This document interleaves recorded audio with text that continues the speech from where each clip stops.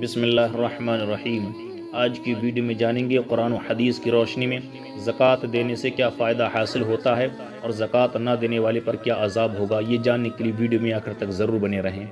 اللہ تبارک و تعالی قرآن کریم میں ارشاد فرماتا ہے وَأَقِیمُوا الصَّلَاةَ وَآتُوا الزَّکَاةَ وَأَطِیعُوا الرَّسُولَ لَعَلَّکُمْ تُرْحَمُونَ، اور نماز برپا رکھو اور زکوٰۃ دو اور رسول کی فرما برداری کرو اس امید پر کہ تم پر رحم ہو۔ دوستو، اس آیت مقدسہ میں اللہ تبارک و تعالی نے تمام ایمان والوں کو نماز قائم کرنے اور زکوٰۃ ادا کرنے کا حکم فرمایا۔ گویا نمازی مسلمان کو آگاہ کیا جا رہا ہے کہ اے نماز پڑھنے والے، اگر تو چاہتا ہے کہ تیری نماز اللہ تعالیٰ کی بارگاہ میں قبول ہو جائے تو جو مال و زر تجھے دیا گیا ہے اس کی زکوٰۃ بھی ادا کر دے، اور ہمارے پیارے رسول صلی اللہ تعالی علیہ وسلم کی اطاعت و فرما برداری سے تمہیں یہ انعام ملے گا کہ اللہ تبارک و تعالی تم پر رحم فرمائے گا، اور تم اللہ تبارک و تعالی کے فضل عظیم اور لطف عمیم سے دنیا و آخرت میں کامیاب ہو جاؤ گے۔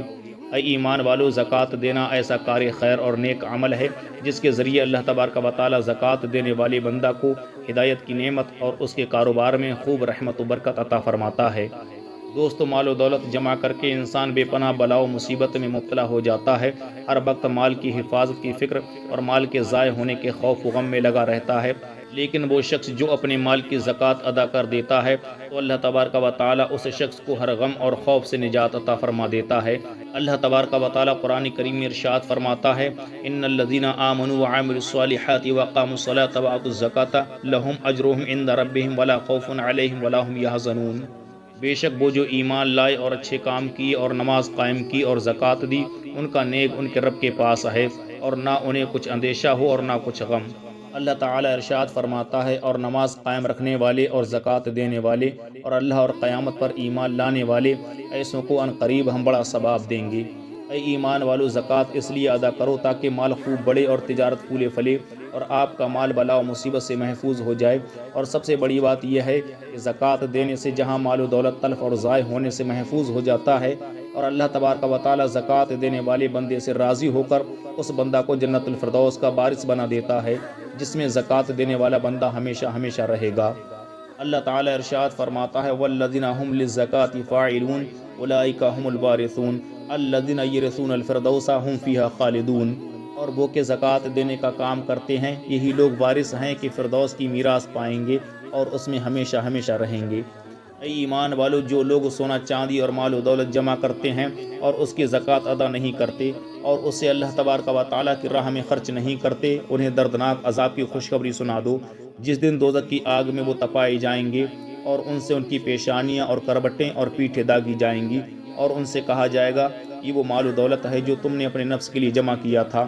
تو اب اس کا مزہ چکھو جو مال و دولت جمع کرتے تھے۔ حضرت ابو ہریرہ رضی اللہ تعالی عنہ سے روایت ہے، ہمارے پیارے آقا صلی اللہ تعالی علیہ وسلم نے فرمایا جس شخص کو اللہ تعالی مال دے اور وہ اس کی زکوٰۃ ادا نہ کرے تو قیامت کے دن وہ مال گنجے سانپ کی صورت میں کر دیا جائے گا، جس کے سر پر 2 چتیاں ہوں گی۔ وہ سانپ اس شخص کے گلے میں توق بنا کر ڈال دیا جائے گا، پھر اس کی باچھیں پکڑے گا اور کہے گا میں تیرا مال ہوں، میں تیرا خزانہ ہوں، یعنی میں تیرا وہ مال ہوں اور وہ خزانہ ہوں جس کی تو زکوٰۃ نہیں دیا کرتا تھا۔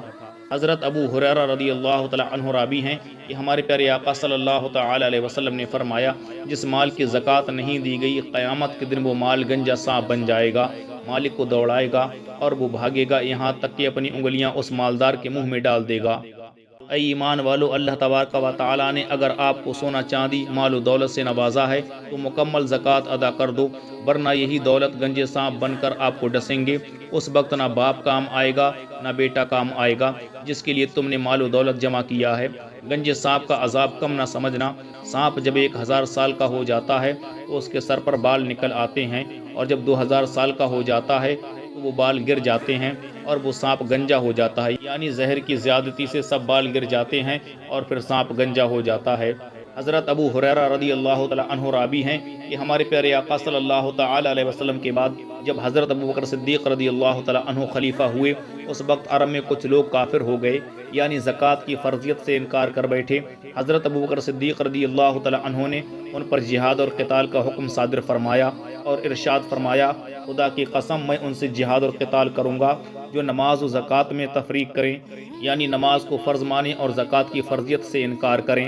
زکوٰۃ حق اللہ ہے۔ خدا کی قسم بکری کا بچہ جو رسول اللہ صلی اللہ علیہ وسلم کے پاس حاضر کیا کرتے تھے، اگر مجھے دینے سے انکار کریں گے تو اس پر ان سے جہاد کروں گا۔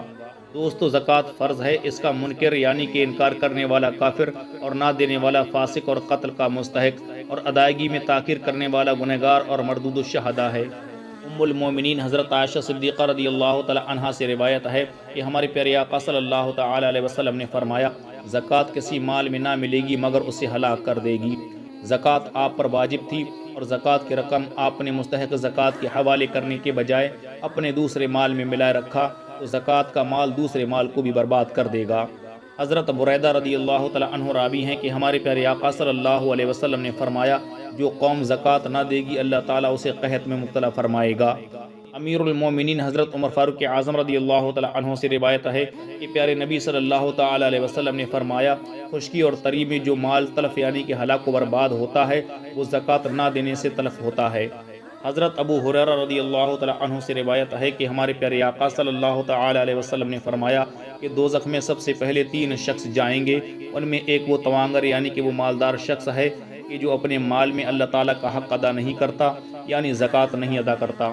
حضرت عبداللہ بن مسعود رضی اللہ تعالی عنہ فرماتے ہیں، ہمیں حکم دیا گیا کہ نماز پڑھیں اور زکوٰۃ دیں، اور جو شخص زکوٰۃ نہ دے اس کی نماز قبول نہیں۔ اللہ تعالیٰ سے دعا ہے کہ اللہ تعالیٰ ہم سب کو اپنے مال و دولت کی زکوٰۃ نکالنے کی توفیق عطا فرمائے۔ دور نبوت میں ثعلبہ بن ابی حاتب نے زکوٰۃ نہیں دی تو وہ ہلاک ہو گیا۔ حضرت ابو امامہ باہلی رضی اللہ تعالی عنہ بیان فرماتے ہیں کہ ثعلبہ بن ابی حاتب انصاری نے ہمارے پیارے آقا صلی اللہ تعالی علیہ وسلم کی خدمت عالیہ میں عرض کی، یا رسول اللہ صلی اللہ علیہ وسلم میرے لیے دعا فرمائیں کہ میں مالدار ہو جاؤں۔ ہمارے پیارے آقا صلی اللہ تعالی علیہ وسلم نے فرمایا، اے ثعلبہ، تھوڑا مال زیادہ مال سے بہتر ہے، اس لیے کہ تھوڑے مال پر اللہ تعالیٰ کا شکریہ ادا کرنا آسان ہے اور زیادہ مال پر شکر ادا کرنا مشکل ہوتا ہے۔ یہ حکم سن کر ثعلبہ واپس چلا گیا، مگر مال و دولت کی محبت نے اسے پھر آقا دو عالم صلی اللہ علیہ وسلم کی بارگاہ اقدس میں حاضر ہونے پر مجبور کر دیا، اور ثعلبہ دوبارہ ہمارے پیارے آقا صلی اللہ علیہ وسلم کی بارگاہ میں حاضر ہوا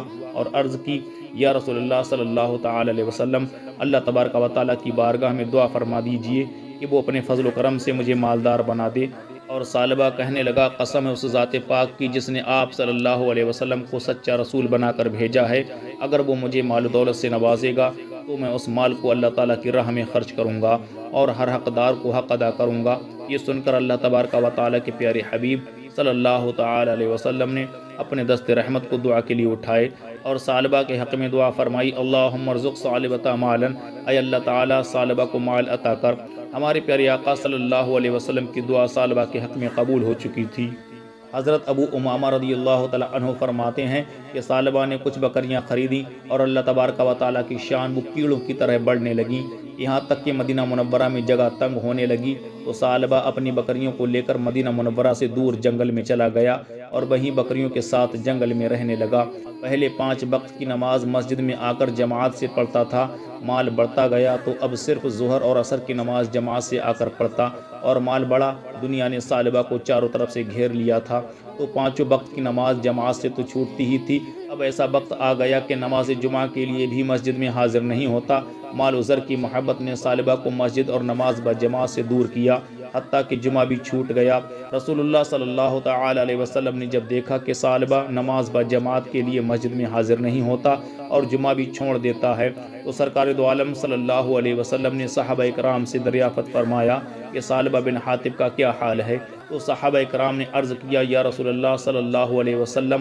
ثعلبہ کا مال اس قدر بڑھ گیا ہے کہ مدینہ منورہ میں رہنے کی جگہ کم پڑ گئی ہے، اس لیے وہ مدینہ منورہ سے دور جنگل میں چلا گیا ہے۔ ہمارے پیارے آقا صلی اللہ علیہ وسلم نے فرمایا، ثعلبہ تجھ پر افسوس ہے، ثعلبہ تجھ پر افسوس ہے۔ اب ایک دن وہ بھی آتا ہے کہ رسول اللہ صلی اللہ تعالی علیہ وسلم نے اپنے نائبین صحابہ کو مالداروں کے پاس زکوٰۃ وصول کرنے کے لیے روانہ فرمایا۔ آپ صلی اللہ علیہ وسلم کے قائم کیے ہوئے عاملین بیرون علاقے کے امیروں و مالداروں کے پاس پہنچے اور حضور اقدس صلی اللہ تعالی علیہ وسلم کا حکم سنایا تو ان مالداروں اور ان امیروں نے اپنے مال کی زکوٰۃ و صدقات کو مدینہ شریف میں سرکار دو عالم صلی اللہ علیہ وسلم کے پاس روانہ فرمایا، لیکن زکوٰۃ وصول کرنے والے نائبین مصطفیٰ صلی اللہ علیہ وسلم جب ثعلبہ بن حاطب کے پاس گئے تو وہ یہ کہہ کر زکوٰۃ دینے سے انکار کر دیا کہ یہ ٹیکس ہے، جاؤ فرصت کے وقت میں سوچوں گا اور پھر زکوٰۃ ادا کروں گا۔ زکوٰۃ وصول کرنے والے ثعلبہ کا یہ جواب سن کر بارگاہ رسالت صلی اللہ علیہ وسلم میں واپس آئے۔ ابھی انہوں نے ثعلبہ کا کوئی پیغام آپ صلی اللہ علیہ وسلم سے عرض نہیں کیا تھا کہ حضور اقدس صلی اللہ تعالی علیہ وسلم نے فرمایا، اے ثعلبہ افسوس، اے ثعلبہ افسوس کہ تو نے زکوٰۃ دینے سے انکار کر دیا ہے۔ اور جب زکوٰۃ وصول کرنے والوں نے ثعلبہ کا جواب بارگاہ رسالت صلی اللہ علیہ وسلم میں پیش کیا تو سرکار دو عالم صلی اللہ تعالی علیہ وسلم نے بہت افسوس ظاہر کیا۔ اسی وقت اللہ تعالیٰ نے اس آیت کریمہ کا نزول فرمایا اور یہ آیت ثعلبہ کے حق میں نازل ہوئی۔ اور ان میں کوئی وہ ہیں جنہوں نے اللہ سے عہد کیا تھا کہ اگر ہمیں اپنے فضل سے دے گا تو ہم ضرور خیرات کریں گے اور ہم ضرور بھلے آدمی ہو جائیں گے۔ تو جب اللہ نے انہیں اپنے فضل سے دیا تو اس میں بخل کرنے لگے اور منہ پھیر کر پلٹ گئے۔ اس آیت مقدسہ میں ثعلبہ کے بخل اور اعتراض کی مذمت کی گئی ہے۔ ثعلبہ کو جب یہ معلوم ہوا کہ اس کی مذمت میں اللہ تعالیٰ نے ناراض ہو کر آیات کو نازل فرمایا ہے تو ثعلبہ گھبرایا اور کہنے لگا کہ لوگ مجھے بخیل اور کنجوس کہیں گے۔ بدنامی کے ڈر سے زکوٰۃ کا حساب لگایا اور زکوٰۃ کا مال لے کر حضور اکرم صلی اللہ علیہ وسلم کی خدمت عالیہ میں حاضر ہوا اور عرض کی، یا رسول اللہ صلی اللہ تعالی علیہ وسلم، میں اپنی زکوٰۃ لے کر حاضر ہوا ہوں، میری زکوٰۃ قبول فرما لیجئے۔ تو سرکار دو عالم صلی اللہ تعالی علیہ وسلم نے فرمایا، اے ثعلبہ اپنی زکوٰۃ واپس لے جا، اس لیے کہ اللہ تعالیٰ نے تیری زکوٰۃ قبول کرنے سے منع فرما دیا ہے۔ یہ جواب سن کر ثعلبہ واپس لوٹ گیا اور اپنے سر پر مٹی ڈالتا۔ ہمارے پیارے آقا صلی اللہ تعالی علیہ وسلم کا ظاہری وصال ہوا۔ جب حضرت ابوبکر صدیق رضی اللہ تعالیٰ عنہ خلیفہ ہوئے تو ثعلبہ موقع غنیمت جانا اور زکوٰۃ کا مال لے کر حضرت ابوبکر صدیق رضی اللہ تعالیٰ عنہ کی خدمت میں حاضر ہوا تو حضرت ابوبکر صدیق رضی اللہ تعالیٰ عنہ نے یہ فرما کر زکوٰۃ لینے سے انکار کر دیا کہ جب ہمارے پیارے آقا صلی اللہ تعالی علیہ وسلم نے تیری زکوٰۃ قبول نہیں کی تو میں تیری زکوٰۃ کیسے قبول کر سکتا ہوں۔ پھر حضرت عمر فاروق اعظم رضی اللہ تعالیٰ عنہ کے زمانہ میں ثعلبہ زکوٰۃ کا مال لے کر حاضر ہوا تو امیر المومنین حضرت عمر فاروق اعظم رضی اللہ تعالیٰ عنہ نے یہ کہہ کر زکوٰۃ لینے سے انکار کر دیا کہ رسول اللہ صلی اللہ تعالی علیہ وسلم اور حضرت ابوبکر صدیق رضی اللہ تعالیٰ عنہ نے تیری زکوٰۃ قبول نہیں کی تو میں تیری زکوٰۃ کیسے قبول کر سکتا ہوں۔ یہ فرما کر زکوٰۃ لینے سے انکار کر دیا۔ پھر ثعلبہ حضرت عثمان غنی رضی اللہ تعالیٰ عنہ کے زمانے خلافت میں مر گیا۔ تو دوستو یہ ہے ببال زکوٰۃ نہ دینے کا کہ کس طرح سے ثعلبہ مالدار ہوا اور پھر کس طرح سے ہلاک و برباد ہو گیا۔ تو ہمیں چاہیے کہ اپنے مالوں کا ہم اچھی طرح سے حساب لگائیں اور پھر زکوٰۃ ادا کریں۔ قارون جو حضرت موسیٰ علیہ السلام کی قوم کا ایک فرد تھا، بڑا غریب، مفلس، نادار اور مفلوق الحال شخص تھا۔ اس کی غریبی اور مفلسی پر رحم کھا کر حضرت موسیٰ علیہ السلام نے قارون کو علم کیمیا سکھا دیا، جس سے اس نے خوب سونا چاندی اور مال و دولت جمع کر لیا۔ اللہ تعالیٰ ارشاد فرماتا ہے، اور ہم نے اس کو اتنے خزانے دیے جن کی کنجیاں ایک زور آور جماعت پر بھاری تھیں۔ اور ایمان والوں نے جب قارون سے کہا کہ اللہ تعالیٰ کی نعمتوں کا شکر ادا کر اور اللہ تعالیٰ کی راہ میں خرچ کر، یعنی زکوٰۃ و صدقات نکال دے تاکہ قیامت کے دن تیری نجات ہو سکے، وَأَحْسِن كَمَا أَحْسَنَ اللَّهُ إِلَيْكَ، اور احسان کر جیسا کہ اللہ نے تجھ پر احسان کیا۔ مگر وہ بدنصیب قارون کہنے لگا، قَالَ إِنَّمَا أُوتِيتُهُ عَلَى عِلْمٍ عِندِي، بولا یہ تو مجھے ایک علم سے ملا ہے جو میرے پاس ہے۔ اللہ تعالیٰ کا شکر بجا لانے کی بجائے قارون کہنے لگا، میں علم والا ہوں، میں نے اپنے علم اور قابلیت سے یہ دولت حاصل کی ہے۔ حضرت عبداللہ بن عباس رضی اللہ تعالی عنہما فرماتے ہیں، حضرت موسیٰ علیہ السلام نے جب قارون کو زکوٰۃ ادا کرنے کا حکم دیا تو اس نے انکار کیا اور لوگوں سے کہنے لگا کہ موسیٰ علیہ السلام ہمارا مال لینا چاہتے ہیں۔ اور قارون بدنصیب نے ایک فاحشہ عورت کے ذریعے حضرت موسیٰ علیہ السلام کو بدنام کرنے کی ناپاک سازش کی تو حضرت موسیٰ علیہ السلام نے قارون کے لیے دعائے ہلاکت فرمائی، جس سے اللہ تبارک و تعالی نے قارون اور اس کے خزانوں کو زمین میں دھسا دیا۔ ایک روایت میں آتا ہے کہ قارون اور اس کا خزانہ قیامت تک زمین میں دھستا رہے گا۔ اے ایمان والو، آپ حضرات نے ثعلبہ بن ابی حاطب جو مدینہ شریف کا رہنے والا تھا اور قارون جو حضرت موسیٰ علیہ السلام کی قوم کا ایک آدمی تھا، ان دونوں بدنصیبوں کے حالات و واقعات آپ حضرات نے سن لیا کہ زکوٰۃ نہ دینے کی وجہ سے ان لوگوں کا انجام کتنا برا ہوا۔ ثعلبہ ہلاک ہو گیا اور قارون اپنے خزانے کے ساتھ زمین میں دھسا دیا گیا۔ اب جو لوگ اپنے مال و دولت کی زکوٰۃ ادا نہیں کرتے ہیں ان لوگوں کو بھی ہوش میں آنے کی ضرورت ہے، کہیں ایسا نہ ہو کہ زکوٰۃ نہ دینے کی وجہ سے تمہارا حشر بھی ثعلبہ اور قارون کی طرح ہو جائے، تم بھی ہلاک کر دیے جاؤ اور تمہارا مال بھی تباہ و برباد کر دیا جائے۔ اللہ تعالیٰ مال دے تو صدقات و زکوٰۃ دینے کی بھی توفیق عطا فرمائے۔ امید ہے ویڈیو اچھی لگی ہوگی، اگر ویڈیو اچھی لگی تو لائک کریں اور شیئر کریں۔ اسی طرح کی مزید ویڈیو پانے کے لیے چینل کو سبسکرائب کر لیں۔